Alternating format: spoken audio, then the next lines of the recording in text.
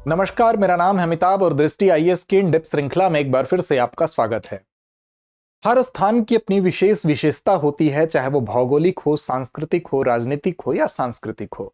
इसके साथ ही हर स्थान की कुछ विशेष उत्पाद होते हैं, कुछ विशेष प्रोडक्ट होते हैं और इन विशेष उत्पादों की विशेष भौगोलिक स्थिति से संबद्धता के कारण उन्हें एक विशेष तबका, एक विशेष प्रतीक चिन्ह प्रदान किया जाता है उस स्थान के विशेष उत्पाद को संरक्षण प्रदान करते हुए। इसको हम जीआई टैग के नाम से सामान्य भाषा में जानते हैं। आज हम इसी जीआई टैग से संबंधित कुछ विशेष तथ्य आपके सामने लेके आए हैं, क्योंकि हाल ही में भारत के एक राज्य उड़ीसा को 7 भौगोलिक संकेतक प्राप्त हुए हैं। इसी के इर्द गिर्द आज की हमारी यह चर्चा केंद्रित होगी। तो आइए शुरू करते हैं आज का संदर्भ कि उड़ीसा के 7 उत्पादों को मिला जीआई टैग। सबसे पहले हम देखेंगे कि किन बिंदुओं के अंतर्गत हमारी चर्चा केंद्रित होगी। हम खबर को देखने के साथ चर्चा में क्यों है, इस पर चर्चा करेंगे। साथ ही हम ये देखेंगे कि किन किन उत्पादों को ये जीआई टैग प्रदान किया गया और ये जीआई टैग वस्तुतः हम कहते किसको हैं, इसको विनियमित कैसे किया जाता है, अंतरराष्ट्रीय और राष्ट्रीय स्वरूप में कौन इसको विनियमित करता है और आखिर जीआई टैग प्रदान करने के पीछे वो क्या उद्देश्य है, इनसे क्या लाभ होता है, क्या आवश्यकता है कि ये टैग प्रदान किए जाते हैं। अंत में अभ्यास प्रश्न होगा और आपको बता दें कि सामान्य अध्ययन प्रश्न पत्र 3 के लिहाज से यह संदर्भ आपके लिए महत्वपूर्ण है। तो चलिए खबर की बात करते हैं। खबर है इंडियन एक्सप्रेस की, from red ant chutney to black rice the 7 Orissa products that have bagged GI tag. तो 7 प्रोडक्ट हैं उड़ीसा के जिनको जीआई टैग प्रदान किया गया। चर्चा में होने का कारण भी यही है कि उड़ीसा राज्य को 7 ऐसे प्रोडक्ट मिले हैं जिनके नाम आप क्रमशः देख सकते हैं। खजूर का गुड़ है, ढेकानाल मगजी लड्डू है एक विशेष प्रकार का, काई चटनी है, एक बैगन है जिसको कटई मुंडी बैगन कहते हैं, कपड़ा गंडा नाम के एक विशेष बुने हुए कढ़ाई वाले शॉल को मिला है, कोरापुट काला जीरा चावल को मिला है, पट्टचित्र एक है जिसको एडिटल कहा गया है। और इस प्रकार हम देखें तो 7 नए प्रोडक्टों को जीआई टैग प्रदान किया गया है जो कि उड़ीसा राज्य से संबद्ध है। और इस प्रकार उड़ीसा से कुल मिलाकर अब इनकी संख्या, जिनको भौगोलिक संकेतक के अंतर्गत रखा गया, ऐसे उत्पादों की संख्या 25 हो गई है। तो यह भी आप ध्यान रखेंगे। तो सबसे पहले हम शुरू करते हैं इन प्रोडक्ट्स के एक प्रारंभिक परिचय के तौर पे। देखते हैं कि वो कौन कौन से उत्पाद हैं जिनको जीआई टैग प्रदान किया गया। तो सबसे पहला है उड़ीसा का खजूरी गुड़। इसको खजूरी गुड़ा कहा जाता है वहां की स्थानीय भाषा में। जो वस्तुतः गुड़ है ये वही गुड़ जो हम लोग खाते हैं, लेकिन खजूरी जैसा नाम से स्पष्ट है, खजूर से बनता है, इसलिए इसको खजूरी गुड़ कहा जाता है। ये पेड़े जैसा बना के इसको आप देख रहे हैं, ऐसे स्थानीय स्तर पर इसको सुखाया जाता है, खजूर के पेड़ से निकलता है और प्राकृतिक स्वीटनर है, इसमें कोई मिलावट नहीं की जाती है। जो प्राकृतिक रूप से जो मिठास है उसी के कारण यह विशेष रूप से जाना जाता है। अगर किस जिले से संबद्ध है इसकी बात करें तो गजपति जिला है और गजपति जिले की स्थिति आप देख सकते हैं। ये वो जिला है उड़ीसा का, ये मैप है, इसमें गजपति जिले की अवस्थिति यहाँ है, गंजाम के बगल में और रायगढ़ जिले के बगल में ये स्थित है। देखिए गजपति जिले से संबद्ध है और प्राकृतिक स्वीटनर है और ये एक जैविक रूप से प्राप्त किया गया है पदार्थ, ये उत्पाद है, इसलिए भी ये महत्वपूर्ण है। और इसके रंग की बात करें तो गहरे भूरे रंग का है, ये आप इसको देख सकते हैं। तो उड़ीसा का खजूरी गुड़ा, जिसको गुड़ हम कह रहे हैं, वो पहला है जिसको प्रदान किया गया। दूसरा है ढेकनाल मगजी। ये क्या है ढेकनाल मगजी? तो यहां चित्र में आप देख सकते हैं, ढेकनाल मगजी एक मिठाई है, एक लड्डू है, विशेष रूप से ये पनीर से बना है और ये पनीर गाय के दूध का नहीं है बल्कि भैंस के दूध से पनीर निकाला जाता है। उसके बाद उसकी नमी को हटाते हैं, उसके बाद उस पनीर को भूनते हैं, भुनने के बाद इस मिठाई का उत्पादन वहां पर किया जाता है, बनाया जाता है, वहां की एक परंपरागत विधि है। ये काफी पौष्टिक होता है और इसलिए भी ये महत्वपूर्ण है क्योंकि इसमें इसका जो पोषण है वो इसको विशेष बनाता है और ब्रिटिश काल से ही ये परंपरा चली आ रही है, वहां की प्राचीन परंपरा है। तो ढेकनाल मगजी ये वो लड्डू है जिसको जीआई टैग प्रदान किया गया।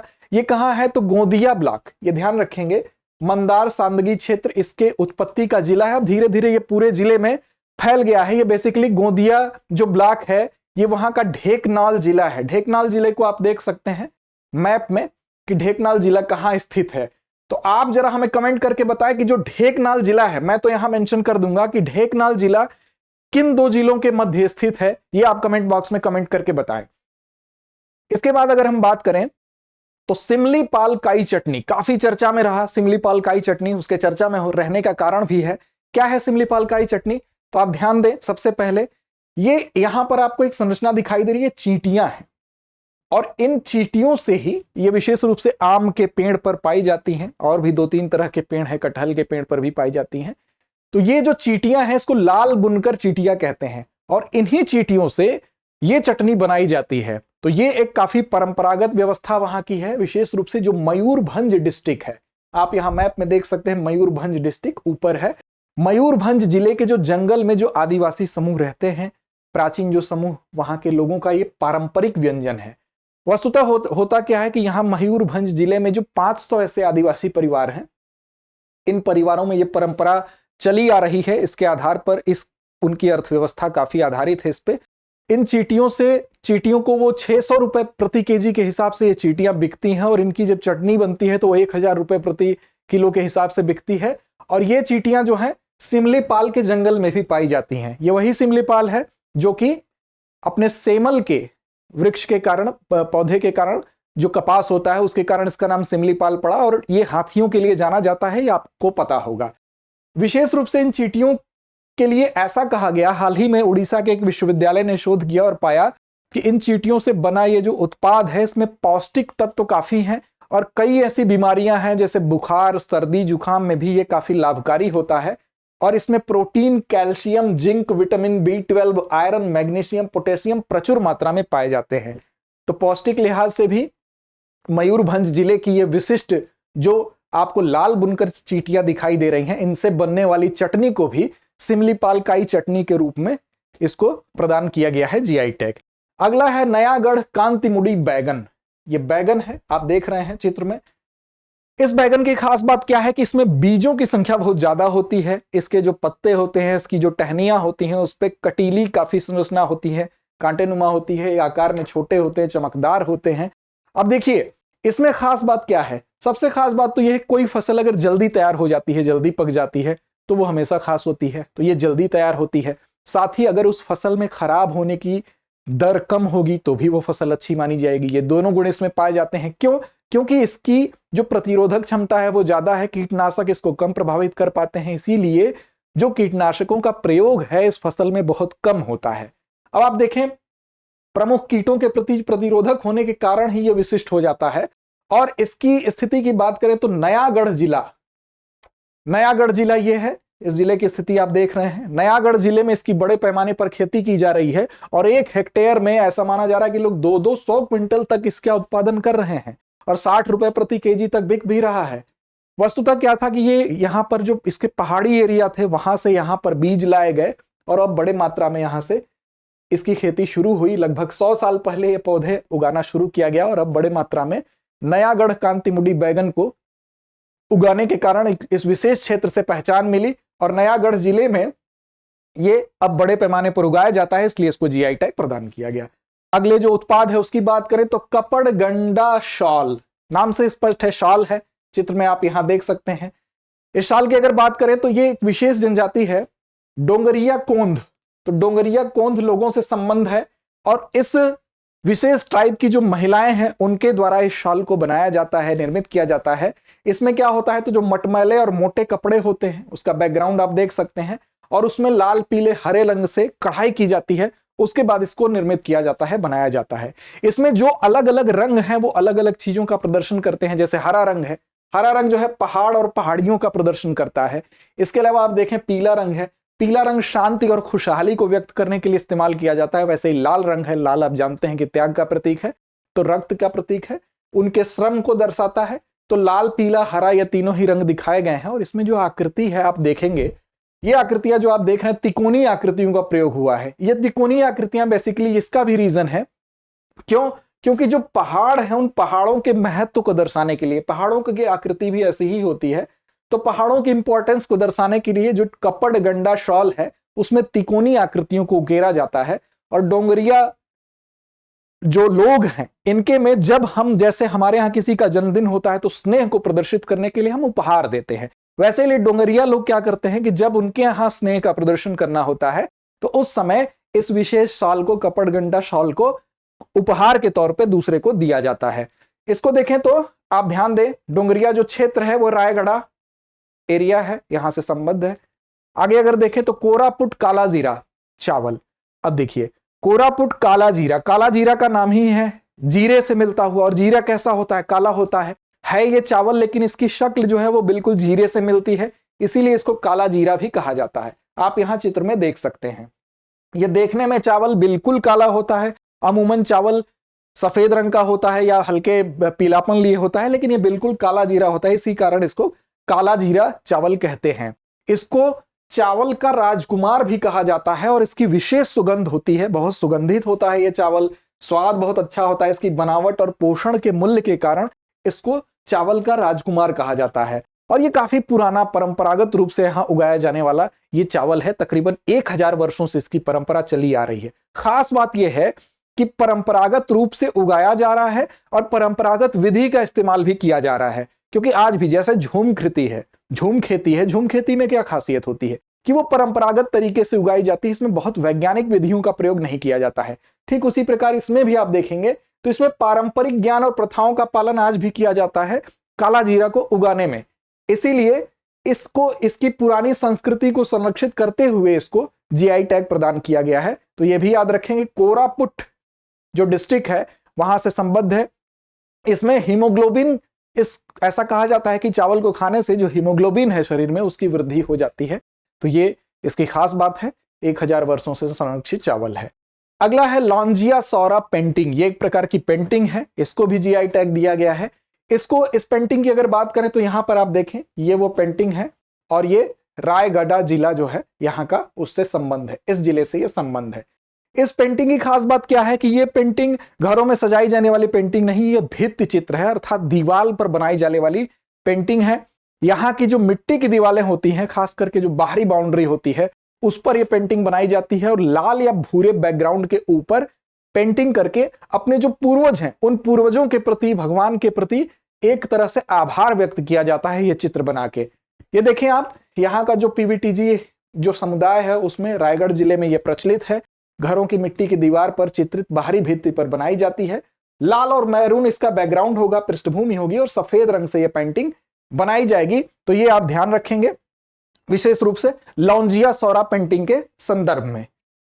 अब देखें, बात करते हैं जीआई टैग कहते किसको हैं। तो नाम से ही स्पष्ट है कि जीआई अर्थात ज्योग्राफिकल इंडिकेशन, विशेष भौगोलिक संकेतक, अर्थात किसी विशेष क्षेत्र से, विशेष भौगोलिक क्षेत्र से विशेष गुण को धारण करने वाला अगर कोई उत्पाद है तो उसको उस क्षेत्र विशेष से संबद्ध करने के लिए एक संकेतक दिया जाता है, एक प्रतीक दिया जाता है कि फला गुण के पाए जाने वाले उत्पाद को फला जगह से संबद्ध करने के लिए यह संकेत इस्तेमाल किया जाएगा। तो इसको हम भौगोलिक संकेतक एक अंतरराष्ट्रीय और राष्ट्रीय स्तर पर मानक के तौर पर इस्तेमाल किया जाता है। तो यह किसी भी उत्पाद के लिए एक प्रतीक चिन्ह के तौर पर इस्तेमाल किया जाता है। और खास बात क्या है, तो भौगोलिक उत्पत्ति अर्थात विशेष क्षेत्र से उसकी उत्पत्ति हो रही है, उसमें कुछ विशेष गुण होंगे कि उस विशेष क्षेत्र में होने वाली चीज में ही वो विशेष क्वालिटी पाई जाती है, साथ ही उसकी विशेष पहचान होगी और इसी पहचान को दर्शाने के लिए यह चिन्ह दिया जाता है, यह संकेतक दिया जाता है, जिसको भौगोलिक संकेतक कहा जाता है। अब देखिए, उस उत्पाद की गुणवत्ता और उसकी विशेषता को यह दर्शाने के लिए प्रदान किया जाता है। यह परंपरा पहले से शुरू हुई। सबसे पहले अगर बात करें तो दार्जिलिंग की चाय को भारत में 2004 में यह गुणवत्ता के तहत इस संकेतक को प्रदान किया गया। अब देखें, इससे क्या होता है कि उत्पाद का उत्पादन या प्रोसेसिंग भी उसी क्षेत्र में होना चाहिए। यह भी एक शर्त है कि वहीं पे प्रोडक्शन हो रहा है, वहीं पे प्रोसेसिंग हो रही है, तभी यह संकेतक प्रदान किया जाता है। किसको दिया जाएगा, क्या कि संकेतक किसको प्रदान किया जाएगा? तो एक फसल भी हो सकती है, साथ ही प्राकृतिक और निर्मित उत्पाद भी हो सकते हैं। प्राकृतिक या निर्मित का मतलब नेचुरल कोई प्रोडक्ट वहां का है वो भी, उसको भी जीआई टैग दिया जा सकता है। और कोई चीज अगर बनाई जा रही है किसी क्षेत्र विशेष में तो भी उसको जीआई टैग दिया जा सकता है। ये दोनों ही चीज आप ध्यान रखेंगे। एक से अधिक राज्य में पाए जाने वाले उत्पादों को भी जीआई टैग दिया जा सकता है। जैसे बासमती चावल का उदाहरण ले लें, बासमती चावल की आप बात करें तो हिमाचल में भी पाया जाता है, उत्तराखंड में भी पाया जाता है, साथ ही देखें पंजाब और हरियाणा में भी पाया जाता है, दिल्ली में भी है। तो इसको भी जीआई टैग दिया गया। तो ये एक से अधिक जगहों पर अगर पाया जा रहा है तो इसको भी दिया जा सकता है। पेरिस कन्वेंशन के अंतर्गत जो बौद्धिक संपदा अधिकारों के रूप में इसको स्वीकार किया गया, और इसका मुख्य उद्देश्य क्या था? तो मुख्य उद्देश्य यही था कि किस प्रकार जो औद्योगिक संपत्ति है उसको संरक्षित किया जा सके। उसके संरक्षण के लिए इस टैग को प्रदान किया गया ताकि उस पर ध्यान दिया जा सके, उसको कानूनी संरक्षण दिया जा सके। इसके लिए अंतरराष्ट्रीय स्तर पर कौन नियामक संस्था है? तो अंतरराष्ट्रीय स्तर पर विश्व व्यापार संगठन अर्थात WTO इसका विनियमन करती है, नियमन करती है। और राष्ट्रीय स्तर पर बात करें तो भौगोलिक सूचक पंजीकरण और संरक्षण अधिनियम 1999 के तहत इसका विनियमन किया जाता है। बात करें अगर इसमें भौगोलिक संकेतक के रूप में शामिल होने के लिए जो प्रक्रिया होती है, तो भारत में इसके मुख्यालय की बात करें तो चेन्नई में है। वहां पर आप आवेदन करते हैं, फिर उसमें एक प्रक्रिया, एक निर्धारण किया गया है, उसके तहत उसको भौगोलिक संकेतक के रूप में स्वीकार किया या न किया जाने का सिस्टम बनाया गया है। अगर एक बार किसी उत्पाद को भौगोलिक संकेतक के रूप में जीआई टैग प्रदान किया गया तो 10 वर्षों तक वो उसको प्राप्त होता है। 10 वर्षों के बाद फिर से उसको रिन्यूअल कराने की जरूरत पड़ती है। तो ये कुछ विशेष तथ्य थे जिनसे आपको अवगत कराना जरूरी था। लेकिन इससे पहले सबसे जरूरी जो अंश है वो ये है, मेंस में आपसे विशेष रूप से इस खंड की अपेक्षा रखी जाएगी कि वे बेसिकली भौगोलिक संकेतक के लाभ क्या हैं, क्यों दिया जाता है भौगोलिक संकेतक। तो देखिए, सबसे जरूरी चीज क्या है कि इसके माध्यम से कानूनी संरक्षण मिलता है। जैसे मान लीजिए उदाहरण के तौर पर आप गोवा को ले लें, तो गोवा का जो काजू है, उस काजू के नाम पर कई ऐसे फर्जी काजू हैं जो गोवा के काजू के नाम पर बेचे जाते हैं। अब जब उसको जीआई टैग दिया गया तो ऐसे में जिस विक्रेता के पास जीआई टैग लगा हुआ काजू है तो वो ही उसको बेच सकेगा। तो कानूनी रूप से फर्जी जो काजू बेचने वाले हैं उनके ऊपर अंकुश लगाया जा सकता है, और जो स्थान विशेष का जो ओरिजिनल प्रोडक्ट है उसकी अंतरराष्ट्रीय रूप से जो मार्केटिंग की जा सकती है। तो एक लाभ तो ये हुआ। साथ ही जो अनधिकृत जो प्रयोग थे, अर्थात जो फेक चीजें बेची जा रही थी, उस पर अंकुश लगाया जा सकता है। दूसरा लाभ ये हुआ। साथ ही ये उस फला जो भी वस्तु है, जिस जगह की भी जीआई टैग है, जैसे दार्जिलिंग की चाय हो गई, दार्जिलिंग के चाय के नाम पर दार्जिलिंग की ही चाय बेची जाए, इस चीज को कौन सुनिश्चित करेगा? जीआई टैग सुनिश्चित करेगा। और अगर जिस वस्तु के नाम पर अगर ओरिजिनल वस्तु बिकती है तो उसके महत्व से केवल देश ही नहीं, विदेश के भी जो ग्राहक हैं, जो पर्यटक हैं, उस चीज को ले जाएंगे, और अगर उस चीज में खासियत है तो उसकी वो क्या करेंगे? मार्केटिंग करेंगे, उसका गुणगान करेंगे और उसकी ख्याति बढ़ेगी। तो इस तरह से परंपरागत ज्ञान का भी संरक्षण होगा, क्योंकि किसी विशेष स्थान की जो संस्कृति है, जो हजार वर्षों की चली आ रही परंपरा है, उसको आगे बढ़ाने के लिए भी एक प्रकार के संरक्षण की आवश्यकता है। उदाहरण के तौर पे आपने काला जीरा चावल को ही देखा, वो हजारों वर्षों की सांस्कृतिक परंपरा है। अगर उसको इस प्रकार का संरक्षण मिलता है तो यकीनन वो परंपरा आगे भी जीवित रहेगी, और अगर नहीं मिलता है तो एक समय के बाद वो परंपरा क्षीण होगी, समाप्त भी हो सकती है। अंतरराष्ट्रीय पहचान मिलती है, कोई विशेष ऐसी चीज है, कोई प्राकृतिक फसल है या कोई विशेष रूप से निर्मित की जाने वाली चीज है, इसको अंतरराष्ट्रीय स्तर पर पहचान मिलती है, इसके लिए भी आवश्यक है। और साथ में जो भारत में पर्यटन होता है, उस पर्यटन में भी हमारे निर्यात को बढ़ावा देने में इन चीजों के माध्यम से विश्वसनीयता बढ़ेगी। और जब किसी भी उत्पाद के प्रति विश्वसनीयता बढ़ेगी तो जाहिर सी बात है उसके गुण से, उसके एक्चुअल चीज को हम सही चीज को मार्केट तक पहुंचाएंगे, और इस प्रकार उसका जो व्यापार है वो उन्नत दिशा में गतिशील होगा। तो ये कुछ इसके लाभ हैं, इन लाभ को आप ध्यान रखेंगे बिंदुओं के रूप में। अंत में हमारी परिपाटी अभ्यास प्रश्न की होती है, तो चलिए चलते हैं आज के अभ्यास प्रश्न की तरफ। हाल ही में 7 उत्पादों को, 7 है ये ध्यान देंगे आप, हाल ही में 7 उत्पादों को जीआई टैग प्राप्त होने के बाद ओडिशा राज्य से जीआई टैग प्राप्त उत्पादों की कुल संख्या कितनी हो गई है? ये आपको कमेंट बॉक्स में उत्तर देना है। ऑप्शन आपके हैं 20, 25, 30 या इनमें से कोई नहीं। उम्मीद है आपका जवाब सही होगा। लड़ते रहें, अपने लक्ष्य की ओर बढ़ते रहें। धन्यवाद।